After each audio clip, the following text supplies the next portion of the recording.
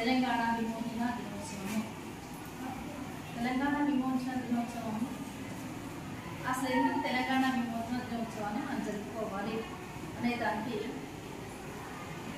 మొదటిగా నివాంఛన్ కాల్మొక్కుతా అనే స్థాయి నుంచి మనం ఈరోజు ఇప్పటి వరకు ఇలా జీవిస్తున్నాము అనడానికి కారణము మనం ఉంటున్న అనేక మంది యొక్క త్యాగాలను మనము ముందుగా గుర్తు చేసుకోవాల్సిన అవసరం ఎంతైనా ఉంది.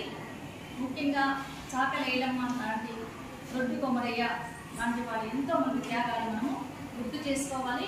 అంతేకాకుండా ఆ కాలంలో వాళ్ళు చేసిన పోరాటాల ఫలితంగా మనం ఈరోజు ఇంత హాయిగా నిలుస్తున్నామంటే వాళ్ళందరినీ కూడా మనం ఒకసారి వాళ్ళ త్యాగాలని స్మరించుకోవాల్సిన అవసరం ఉంది. అయితే మొదటిగా నిజాం కాలంలో సయ్యద్ అలీ ఖాన్ యొక్క దురాగతాలను మనము గుర్తు చేసుకోవాల్సిన, అంటే చేదు నిజాలను కూడా ఒకసారి మనం గుర్తు చేసుకోవాల్సిన అవసరం ఎంతైనా ఉంది. ఎందుకంటే ఆ రోజులలో నిజాం పాలనలో ప్రజలు చాలా దురాఘాతాల పాలయ్యారు. అంతేకాకుండా ప్రజలందరినీ కూడా పన్నులతోనూ భూస్వాములు రైతులకు మధ్య నిజాం పాలకుల మధ్య జరిగింది ఈ పోరాటం అన్నమాట. వాళ్ళ నుంచి విముక్తి పొందడమే తెలంగాణ విమోచన దినోత్సవంగా మనము ముఖ్యంగా చెప్పుకోవాల్సిన అవసరం ఉంది. ఎంతో మంది ప్రజల యొక్క రైతుల యొక్క భూముల్ని లాక్కోవడం, వాళ్ళు పండించిన పంటలను వీళ్ళు లాక్కోవడం జరిగింది. అంతేకాకుండా మహిళలకు ప్రత్యేకంగా వాళ్ళని వివస్త్రం చేసి బతుకమ్మలు ఆడించిన రోజులు కూడా ఉన్నాయి. మహిళలు చాలా దురాఘాతాలకు గురయ్యారు. ఇది మనం చాలా బాధాకరమైన విషయము.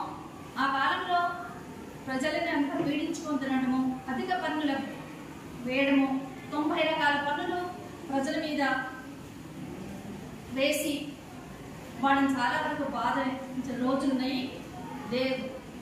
రాష్ట్రం మీద పడి అంత దోచుకొని వెళ్ళడము, ప్రజల్ని హింసించడము, ఈ దురాఘాతాల ఫలితంగానే ప్రజలందరూ విసిరిపోయి తిరగబడము మొదలుపెట్టారు. దాని ఫలితం వాళ్ళ నుంచి మనం విముక్తి పొందాము. 200 సంవత్సరాల వాళ్ళు ఇలాంటి దురాఘాతాలు చేసితే 47 సంవత్సరాల మన యొక్క పోరాట ఫలితమే తెలంగాణ విమోచన దినోత్సవంగా మనం చెప్పుకోవచ్చు. దీనికి అంతటికీ సర్దార్ వల్లభాయ్ పటేల్ తన యొక్క సైనిక చర్య వల్ల మన ప్రజల తిరుగుబాటుతోటి మనకి విమోచన అనేది